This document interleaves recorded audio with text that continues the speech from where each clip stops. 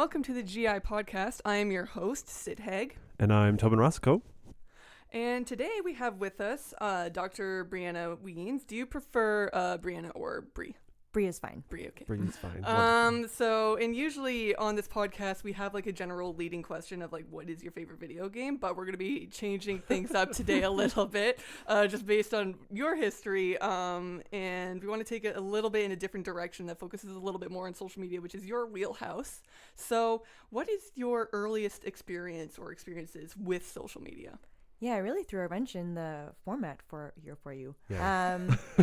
My earliest memories of social media were honestly MySpace. Oh, lovely. Do you remember fantastic. MySpace? Of course. Yes. I was in maybe 9th grade and I really resisted because I have a hard time coming around to anything. You know, I'm like, I don't want to jump on any bandwagons, which is not normally my thing. I'm like, get me on all of the bandwagons. I'm really interested. I'm invested. I want to be there. With social media, for some reason, I was like, no, I really don't want it. And I think it's because I didn't understand it. But MySpace, all my friends finally got there. And I was like, okay, show me how to use HTML so that I can You went get hardcore with it a then. John Mayer song to play when Oh you come my on to my word, a John MySpace. Mayer song. I had a Paramore song play when I visited. Yes, Paramore. Mhm. That would have been a better choice. For some reason, I really wanted Waiting on the World to change to Oh, just yes. come on when Oh, we visited. yeah. That era of music is probably like my least favorite I know. 2-3 years of like radio music. Mm-hmm. Anyways, I won't judge. We should. It's fine. It's fine. I also miss that kind of era of social media because not a lot of the social media sites that we have now allow for that access of creativity, of making Yeah, the that's space a your good point. own, of like Yeah. allowing to post whatever images you wanted to on the page, of adding music. I think like in my experience, Tumblr now sort of still allows you for that, but not a Okay. lot of people do that anymore. No, I think, well, actually, in class, we were talking about this yesterday. There's a real, like, black box phenomena happening around what goes into creating social media pages. And you don't have that creativity anymore because they don't want you to have that creativity. There's a real constraint around what you are supposed to do and what you're not supposed to do on social media anymore. And MySpace was really a place where you could be like, okay, we're going to do whatever we want. And so is Tumblr. Yeah. Like, Sid and I have talked about this before. The best thing about Tumblr was the algorithm sucked so much. Right? You were just getting so much random stuff onto your landing page because there was such a bad algorithm. Yep. Random ads that made no sense just because Tumblr is like a garbage website that's like so unmonetizable, but it's very reminiscent of what social media was like back in like the mid to late 2000s, and you just The Wild the West early of the digital 2010s. frontier, kind of. The Yeah. really, like, I guess mid days, but felt like the early beginning days of social media. yeah. Yeah. So when did you transition from say like MySpace to one of the other sites like Facebook? Yeah, when did you jump ship when it was going down? I held on to MySpace for a really long time. I had Facebook concurrently, like at the same time as MySpace. Oh, yeah. But I think Facebook has just reminded me that it was like my 10-year anniversary. So Oh, it must have been more than that, actually. Yeah, that seems like you're a really late adopter for if it's. No, I had Facebook maybe like 2008, maybe like Okay. 10th grade. Because I definitely had it by the time I got to university. Yeah. I think that's when I also got it as well. 2008 was like the time when it really started becoming a thing, but also my mom helped me set it up because I was Cute. young. So Do you have a parental's approval? Mom! we sat down at the computer together and typed it out. It was great. Yeah. Oh, that's cute. I had friends who helped me do it because I, again, was like, I don't want to come to Facebook. I just figured out MySpace. I feel good here. And they're like, I'm sorry, we're all moving to Facebook. We're no longer on MySpace. Oh, So I'm yeah. like, here we go. Yeah. Yeah. And I remember as an undergrad in orientation week, everyone's like, let's trade Facebooks. What's your Facebook? And I'm like, okay, Yeah. we're here to stay. And we're not here to And we're stay. not. No. No. Never are. Where are you going now? What are the next sites? I mean, I think the next site is probably TikTok, but I resist it. I'm not there. Oh, I've been on Instagram and love Instagram. yeah. I mean, we hate Instagram, but we love Instagram. What do you love and hate about Instagram the most? Well, I mean, we hate Instagram because we know that it's owned by Meta and it's just like a sinkhole of stuff. But I really love how random my Explore page has gotten because I look at so much random stuff. And I love that Shanna McDonald and I basically just speak via memes in our DMs. Oh. Just like not a lot of commentary, just back and forth. Different Yeah. Instagram posts. when did you start like getting into like meme culture? Because that's very like meme Yeah. culture is. I don't know how you would explain meme culture other than being it explicitly tied to social media. So like, when did you start realizing that memes were the thing and starting to change your communication standards just online because of that? Yeah. Good question. And again, I think like even the word meme I resisted for a long time. I was like, this is a Facebook post. This is an Instagram post. These are not memes. But the whole time we were actually trading in memes. And Shanna's like, just call it what it is. It's a meme. And I was like, fine, okay. That would have been, I don't know, like 2018 maybe? Like mid PhD, when I honestly, with the rise of like alt-right memes, unfortunately, right? And they become really popular and you're confronted with them every single day. It does change how you communicate on a daily basis. So I would say 2018 really invested in the memes, but within the last few years, increasing that and seeing kind of like what happens and how random the carousel posts are. So I love these different, like Adrienne Marie Brown, for example, has excellent like meme curations that feel really random. And there's not often a theme holding them together in the captions, but they feel really cohesive in a really random way. And so she curates her memes very, very well in like a 10 slide carousel post on Instagram. And so those are some of my favorite things to look at. Queer Death Stories also has really great meme curations. And it's a strange way to figure out what kind of story are you trying to tell us today. It's gloomy and foggy, but I'm here for it. So when you're thinking about like your experiences online, and especially with the rise of say like the alt-right memes, especially in 2008, I'm thinking of back to like probably around 2014, 2015, 2016, when it was Gamergate all over. Were you ever tracking that movement at all and seeing like the vitriol that was being tossed around to largely women, especially women in like gaming spaces and online spaces in general? So you're thinking about, like you said, 2016, like kind of 2 years after the original, like around Gamergate. around that time, because that was when like things started really popping off. Yeah, they really were popping off. So actually, I wasn't tracking it at that time. At that point, I had just started a PhD, and I was really interested in kind of like the ways that social media was being used as a confessional space in a way. Interesting. Cool. And interestingly, that was like pre-viral Me Too. So Me Too goes viral 2017 on Twitter. And prior to that, I still was like interested in the ways that people told their stories on social media. And I would say I was doing it rather critically. Like I was rather critical of social media. And I still am, but in a less critiquey way, I would say. So maybe in 2016 I was more judgmental, and now I'm seeing it as more of like, there are reasons why this happens, and it's promoted so much social change that it's actually really important to track these things. And I'm sorry to disappoint, but I know I wasn't really tracking Gamergate, but I wish I had been, because I think that there are really important kind of cornerstones and foundations that were happening at that time that did create space for things like Me Too, like hashtag shout your abortion, yes all women, to happen. And there's a lot of really important scholarship that has said that like previous feminist social movements are what created the space for things like Me Too and Black Lives Matter to actually happen. So what were you kind of like looking into when Me Too really started forming, especially since it has such a strong online component, because hashtag Me Too is like how people identify it as? So I wasn't researching social media at the time. I was interested in, at that point, kind of mediations of graffiti and how they were showing up in online spaces. So my master's work was actually about how graffiti was being used as activism, specifically in LA, to speak back to the ways that policy was created to like criminalize people experiencing homelessness and criminalize poverty. And so at the time there was a graffiti artist in LA who was using graffiti to like paint homes on the side of buildings, to ask us to like reconfigure what we thought of as home and to broaden our understandings of what home could be, especially for people who are experiencing homelessness. And so I was interested in how that was being mediated in online spaces and the ways that it was gaining traction on Instagram specifically. And so I was still kind of tracking that at the time. And I remember actually the first time I saw hashtag Me Too, I was on a streetcar at like King and Bathurst, getting off the streetcar to go to a spin class, and was like, wait a minute, what is happening?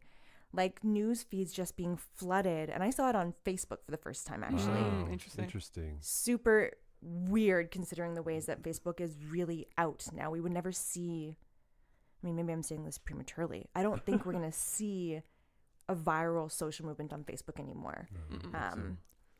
Even I don't think it will happen on Twitter anymore with Elon Musk buying Twitter and completely changing the landscape of what was already there, but making it really, inhospitable now in the ways that it was before, but not as obvious. Like there were more guidelines in place before, at least, or at least the semblance of guidelines and the semblance of rules in place for what you could and could not do. Although, of course, we know those change depending on who you are. Yeah, exactly. But I remember, like, viscerally, like, kind of the embodied experience of seeing something on my phone screen, my lovely iPhone 6. And I always wanted an iPhone 6. Never had. when I started my PhD, I was like, the thing I'm doing for myself is getting an iPhone 6. And now we're like, what, iPhone 14? Yeah, I think it's 14. Oh, my. Exhausting. It's exhausting. I mean, this is all tied in part of the problems, right, with capitalism. Oh, yeah. Technology just being not there to last because it's not supposed to. Yeah. Anyways, I wonder if that's the same for social media. It's not supposed to last in the ways we want it to. But Well, that does pose like an interesting question of like the different rises and falls of like where people are congregating and why. Like I saw an interesting conversation of like web forums are basically dead now because Discord took over. But the problem with Discord is because they're closed, so you can't get any of that information. Whereas web forums, it was all publicly available. So how does that change the accessibility of information? Especially very niche information. And I think this speaks really to your expertise, Sid, thinking about like fan culture and the work you just did on AO3. Like there's direct correlations there with kind of the censorship and like strike through and the purges that were happening. Yeah. And that was like specifically LiveJournal, which was a more of a web forum type website, but because it was taken over by like a Russian company back in 2007, 2008, it changed a lot of the guidelines. And then that's when people started realizing that they were having their pages deleted on a whim and without their say, and they couldn't get it back. So then they just decided to leave it. And then Tumblr took over as the prominent one. And now it's just all on Discord. But again, that kind of closed access makes it very hard for like, in terms of like preservation of fandom materials on a very ephemeral type of service. Whoops. Just dropped my page. But yeah, so all part of the plan. Do you also see like an issue of content just being like mass deleted on like for the websites that you're working on? Do you ever work in areas of like curation and preservation? So I think what you're describing in terms of LiveJournal and AO3, there are I'm hearing very clear parallels with what was happening with Twitter when Musk took over. Not that Musk was deleting everybody's pages, although there were a lot of tweets from people saying, has this been deleted for you? Can you see this? I have nothing on my newsfeed. What's happening? Okay, yeah. But when people realized the ways that things were going to be changing on Twitter, especially with Musk allowing people like Andrew Tate back on and Donald Trump back on, like that really changes the environment. People left Twitter and they said, we're going to either Mastodon or we're going to Discord, we're going to these different places. And when you delete your profile, you take all of your content with you.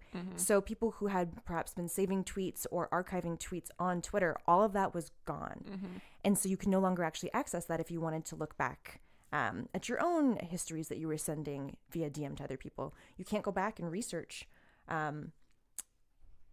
or like look at past posts that had been publicized. And so that really does beg the question of how do you archive or document ephemeral material, and how do you do it in a way that is ethical? Because sometimes people are deleting their content because they don't want you to have it anymore.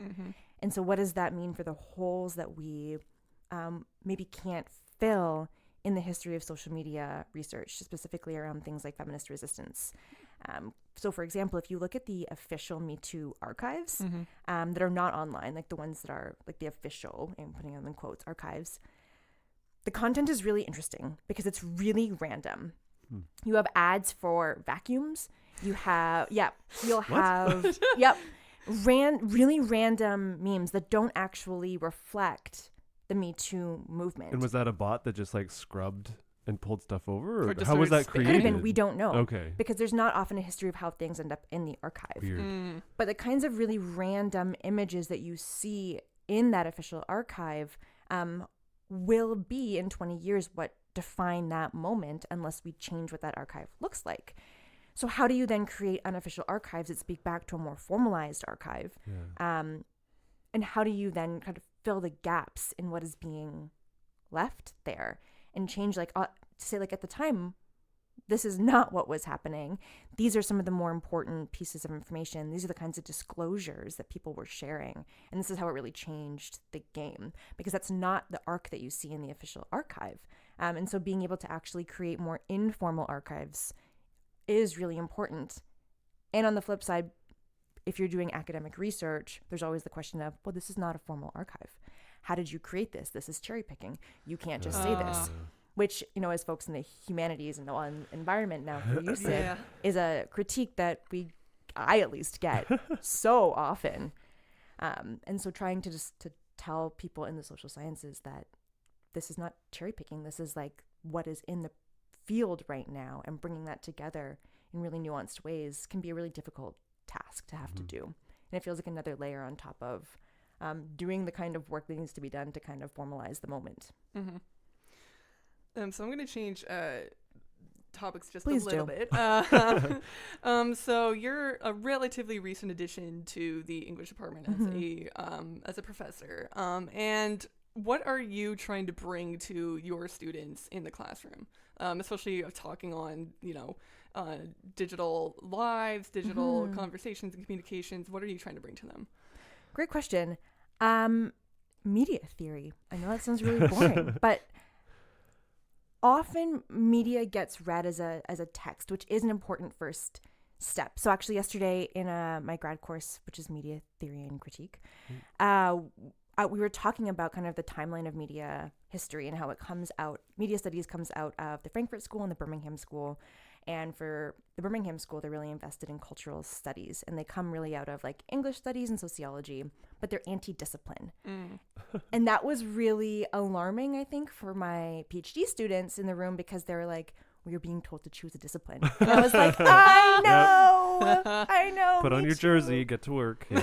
It's really hard because for media especially, they were like, we're tired of the kind of rigid structures that tell us what we are and are not supposed to study and how we are supposed to study those things. Yeah.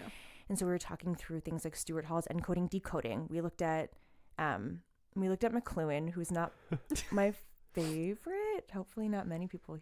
Anyway, let's hear. I want to hear. Yeah, I wanna hear Flynn that. let's so Stuart Hall's like encoding decoding is like one of my favorite pieces ever. I think mainly because it was an intervention in how we understand audiences, which as folks who are expert in game studies, like you would know audience is really important. So the Frankfurt School post-war Europe were saying like audiences are basically passive dupes. I'm sorry, the culture industry has just created this situation where they control the media, they control the message, and so we just take that in and there's nothing we can do about it. We would love to do something, we can't. Horkheimer and Adorno were like, that's the culture industry. They've mass-produced high art to make it more accessible, but really we've lost the aura of what's there. And other folks in the Frankfurt School were not like saying the same thing. So Ben Amin would say, no, it's actually really important for creating a culture who can actually access things like art. Anyways, Stuart Hall, encoding, decoding, he was the first person to be like, no, actually, we can theorize a resistive audience that can speak back to these systems of power in really nuanced ways. And so bringing kind of media theory to the English students is really fun because some of them have a little bit of understanding of it and have heard about it in different ways. But I think there are really important and really lovely kind of overlaps between English language and literature and media studies. And I think even if we read texts in the same way that we read media, seeing them as these like kind of really longer narratives with longer histories and understanding them within the context from which they come and the ways that they can affect change going forward is a way to look differently at texts that is probably already happening, but putting it in the same realm as media and thinking through them as these kind of changing and evolving artifacts can kind of change how we see the field, I think. I have a follow-up. Mm-hmm. So listening to that distinction, and maybe I'm just thinking it's a distinction when it's not. Would you say that, and I'm asking this from like a methody or a method? Oh, holy cow! It's too Words early. are super hard. It's Like methodologically? yes. So would you apply death of the author to literature but not to media? Oh. Or Interesting. does it work, or should it work on both ways? Like, because as somebody who studies social media, you have access immediately, for good and for bad, to creators. So, but do you think that it works best with literature but media? Like, we need to see behind the curtain to see the wizard a little bit, or should it apply to both? So I think that transparency actually is really important. And I think there's a lot of discussion, especially in like current social movements around, and I'm sure you heard of this, like the distinction between like intent and effect. Mm-hmm. And I think a similar question can be asked here. Rather than asking about like intention, I actually always ask like, what was the effect of this piece? What's the effect okay, cool. on audiences? What's the effect on you? What do you think the effect is on the on the structure? And also looking at it at those three levels, like the individual, the community, and the structure. Because often I think we try to focus in on one of those because it is easier, because all three is really hard. You're asking for a lot.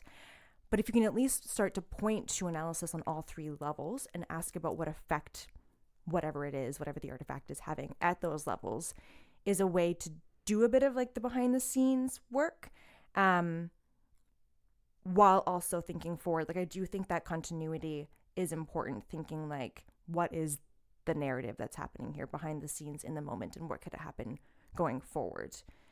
I mean, I'm sure there are situations where we might not have to do that, but I would say, like, generally speaking, that would be my response to that. Yeah, I like that. Intent and effect. Mm-hmm. Because it's so, like, I'm thinking of, like, tell me if I'm way off base with this, but it's like when people are always like bringing up like a tweet you made like you say 10 years ago and being like, clearly you're an awful person because of that, or it's just like, you know, a tweet of yours was taken completely out of context. It's rather not focusing on the intent but rather the effects. You may not have intended it for it to mean a certain way, but it certainly affected some people in a certain way.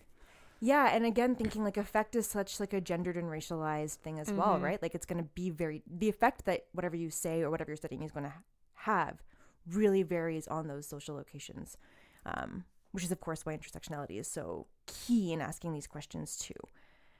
Like looking at the entanglements of affect, materiality, environment, context, people involved. Mm-hmm. So what do you want to bring into like digital media studies, especially since here at Waterloo it's such a kind of like a burgeoning field and it's not really sure what it is yet, especially since, you know, it's in English, but it depends on which English professor you're talking anyway. But it's just like, because it's relatively new and no one knows where to put it, like what do you want to see like brought into the field to make sure it's like this is like a foundational piece of the methodology that you're working with, or for any future student who wants to get into this field? Like specifically here at Waterloo, you're thinking? Or sure, or in general of like the broader conversation. Yeah, so I guess, I mean, my whole research program basically looks at how media is being used to speak back to systems of power. And that's happening really across the board in feminist media studies. And so I think like being able to continue to contribute to those conversations and to do it like with other people. I think academia can feel very lonely because it's set up to make you feel lonely. You're supposed to do, at least in the humanities, like the single author monograph or manuscript is like the thing to go for. And so I'm still trying to kind of navigate how to possibly succeed in academia while also being like, that's not what my goal is. My goal is not the 3 or 4 single authored blah blah blah per year. It is like writing with other people is way more fun. You have better ideas. Talking with other people is way more fun. You have better ideas. And so really trying to kind of, I think, bridge the community kind of aspect of media studies with the academics, being like, how do you actually create public facing materials that people want to use and actually want to engage with, rather than them sitting in some sort of archive that may eventually be deleted. That's interesting because it's almost like your methodology, I got there in the end, Nice. like represents or presents your philosophy. Like Mhm. if social media is a collaborative effort, I'm going to collaborate with people to Mhm. then talk about it. And so it is like reinforcing your work is refining the artifacts that you study, which is interesting. What a beautiful way to say that. Thank you. You're welcome. Yeah, that was excellent. And I do think one example of that is the work that Feminist Think Tank has been doing with the Coalition of Muslim Women. Mm-hmm. And so we had the workshops here 2 weeks ago now, Yeah. I guess. But talking about things that happen online from a theoretical perspective and then saying, and here's how it might actually apply for you. So CMW asked us to talk with their youth about online hate, gender Islamophobia, how it circulates in online spaces. And so actually talking about what are the effects of Andrew Tate and how does that really change the landscape for Gen Z? Mm-hmm. And how is mis and disinformation actually spreading? Why do we have to care about that? Why should we care about it? I think those are important questions to ask and to make accessible. And I think a lot of people are trying to do that work. And I think that that's important. Do you have any like general tips for people on how to like more or less like protect themselves online at all? Yeah, that's a great question. Great question. A hard question. I do think one of the things I tell my students a lot is just, and it sounds so cliche because it's a term I think that we've maybe overused, but it is important. Actually learning critical thinking when it comes to digital literacy is actually so important. Mm-hmm. And I know I probably just sound like a parrot, but it is so key, and we keep saying it because it's so important. And then like the practical side of that, if people aren't sure what critical thinking like sounds like to them, I always say, what does it make you feel like when you see a tweet? What is your like, or you see an Instagram post or a TikTok? What's your reaction? Because if you were having a strong reaction to it, whether it's like rage or that you absolutely love this thing and you have to share it right away, double think. Ooh, that was a weird slip of the tongue. Double think, double speak. Blah, blah, blah. I would say think about what it is that's making you feel that really, really strong reaction, because social media is meant to elicit a strong reaction so that you do share it. So think about the reaction you're having and then maybe do a little bit of digging to see who is behind the video that you're looking at, who's creating it, who do they follow, and not sharing things until you actually look at who they're following, what they're saying in other spaces, because it is this larger network, this media ecology that all connects to each other. Especially since social media is meant to be quick. It's like you have to be on it like right away. So It's like the trying goal, to, trying to tell your students like take your time. Like not everything has to be done right away. Yeah. Especially since I feel like some social media sites, there's like there's an interesting culture that's the difference between say Instagram and Tumblr, where Tumblr will share posts that were made like 10 odd years ago, which is great. But that's like, you know, less of a thing that other social media sites do. Like it's like people say, oh, it's weird that you're liking a post from like, you know, 2 months ago. Like I've heard that's like an Instagram thing. I'm not exactly sure, but that's just what I've heard of just being like, you know, it's not, you can like things that were made from like 10 years ago. You can engage with stuff that was made from like 10 years ago. It doesn't always have to be new and fresh, and it's not just something, you know, that dies right as soon as it like, you know, as soon as you post it essentially. So the really interesting thing that you're pointing towards here is like internet etiquette. What is okay on some social media sites that's not okay on other platforms. And so there's very different kinds of etiquette between Tumblr or between MySpace or between Facebook and Instagram and TikTok. Like there's very different kinds of etiquette. And you're supposed to know as soon as you get on the platform what that etiquette is. And you're supposed to not bend the rules. So there's all of these social cues you're supposed to already know that you just don't. Although I think it's interesting that Gen Z has this really kind of implicit understanding of what those rules are that I don't know if I'll ever be able to kind of finesse in the same way. So I wanted to switch a little bit into more of your time here at the GI and like when you started coming here, but also some of the projects that you have worked on in the past, especially since you were a part of DOR, which is the Digital Oral Histories for Reconciliation. I kind of want to know a bit more of your role in that and what you kind of took away from it. It feels like a lifetime ago. What year was that? I joined 2021 maybe, actually. Okay. So I joined late into the project because I joined in the follow-up, the second kind of iteration of it. And I was there for my postdoc, really, which only lasted like 6 months. So really what my position in the follow-up project to Door was to create or like facilitate the conversations between community members and like academics, basically. Mm-hmm. So we were trying to create new stories and like new ways to experience those stories using haptics. And so that was like Oliver Schneider, who was the PI on that, is the PI on that. That's still happening. And so my role was basically to facilitate the conversations between the folks and people here at the GI, which didn't happen a lot of because I was like in and out so quick. Such a disappointing answer. I'm so sorry. It's all good. But from what you've expressed so far is that you do have quite a lot of experience working with often marginalized communities. And do you have any like tips for researchers who are getting into that of like how to navigate these kind of conversations and also the etiquette that's there of when you're approaching marginalized communities in this way? So, like, for me, it's always about, like, the existing relationships that are there. I personally don't approach groups. Like, if they would like my input or something, I'm here as a resource. I'm not here to, like, impose what I think you should do as a community. So, CMW, for example, reached out to Feminist Think Tank, and that's how that collaboration started. It wasn't that we were like, hey, let's tell you how to do this. It's truly not our space to tell you how to do this. And so for Door, that relationship already existed through Jennifer Ebert-Smith and through Christina and Jennifer Llewellyn.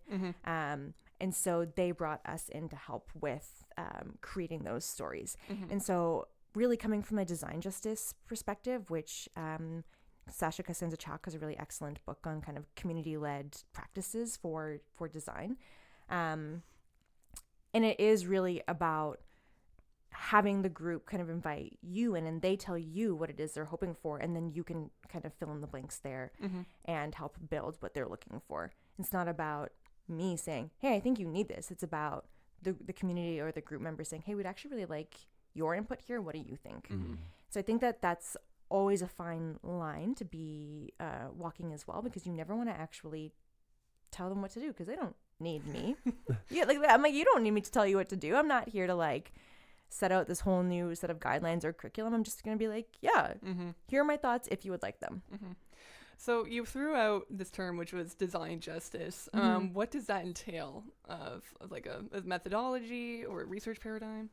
So it is an approach to design that would kind of, I wouldn't say counter, but is different than other systems of design. So there's things like critical design from like Whittel and Weber and Dunn and Raby, who are basically like, it's a paradigm or like an attitude towards design that is designing to go against the status quo. So it's against affirmative design, and affirmative design is just design that reinforces the status quo. So there's like critical design, you could have like intersectional feminist design, and I would say design justice really draws in an intersectional feminist perspective. So Cosenza-Chalk foregrounds from the beginning that this is an intersectional feminist project. And design justice is about building worlds that we want to see, and we being like not the alt-right and we being not white supremacists and misogynists, we being people who deserve to take up the world in spaces that has not been allowed before. And so design justice is a perspective, but also a set of guidelines for not impeding on communities, but for like being there for communities when they would like the kind of maybe design help that they're looking for. So there's like a set of like 10 steps that the book outlines really well that I actually do not remember. To be honest. They're not at the top of my head. It's pre-lunch, so we won't make you recite lists of 10 things. Thank you. Is there something other than like the projects that you've worked on at the GI that is notable, that sticks out? Like what about this space makes you excited to come to the campus and be like, all right, let's get down to work? Yeah, that's a good question. I like that.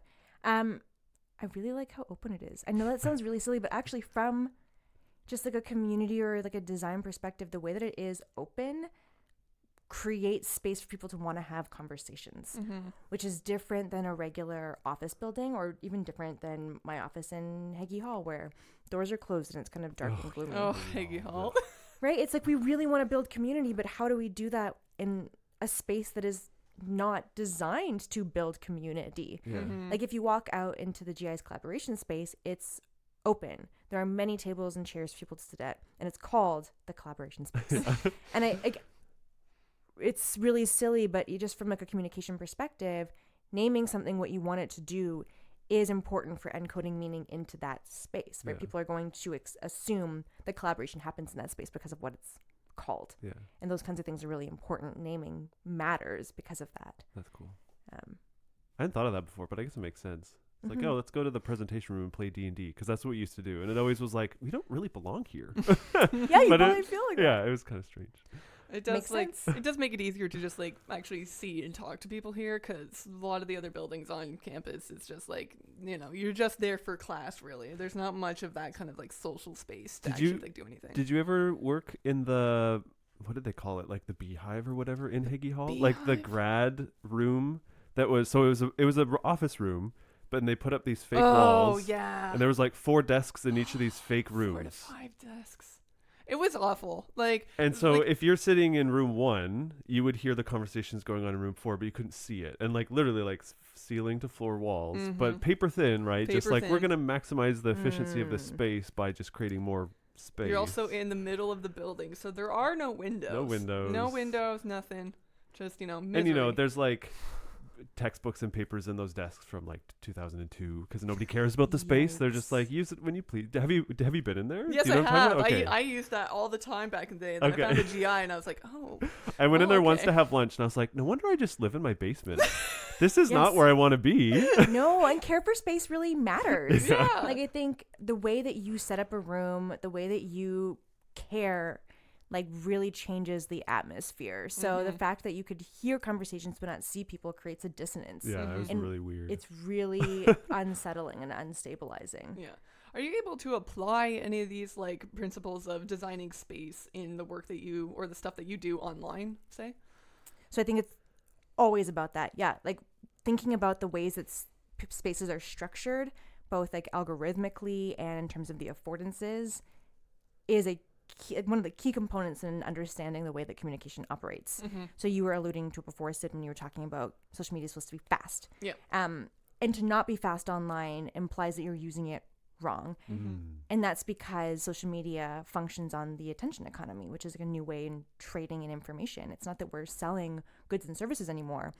Companies are buying and selling your attention.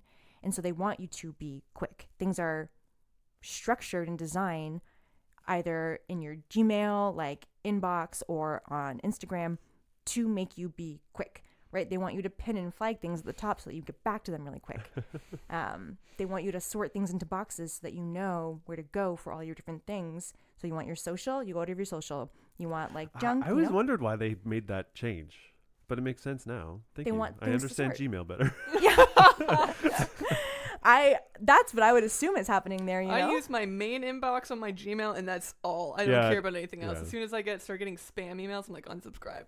Unsubscribe from all of it. I don't need this. And that's the way to do it. Even when I'm talking to my first year students about how do you deal with online hate, they're like, let me tell you, I've got it down pat. They're like, you kind of like unsubscribe, you block the person, you report the person, and then you go and you comment on the person that they are attacking. You comment on their stuff instead to signal boost their work. And so it's like a redirection of the attention economy. Yeah. That's interesting. So here's a follow-up question. So in terms of spaces, yes, what's better, Discord, Teams, or Slack? Oh, As we're forced to use a combination of them all, right? As you Waterloo people, what rank them maybe? What's worse? Oh my what's best? goodness.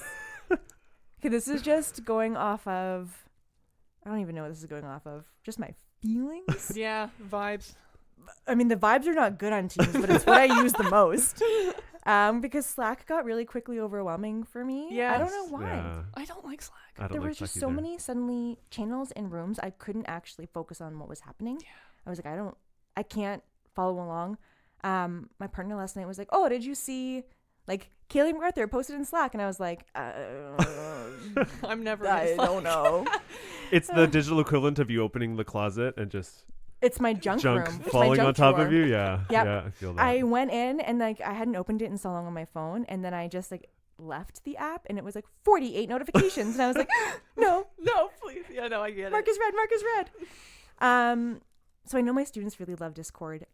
I couldn't figure it out. I feel like a failure. No, it's fine. Discord takes a while. I've been on it since like 2017, and only for like fandom purposes. So obviously I have a lot of good feelings associated with it because it's like a break from where everything is. I have a lot of online friends there. So for me it's very much a social thing. And it's easy for me to curate my experience there.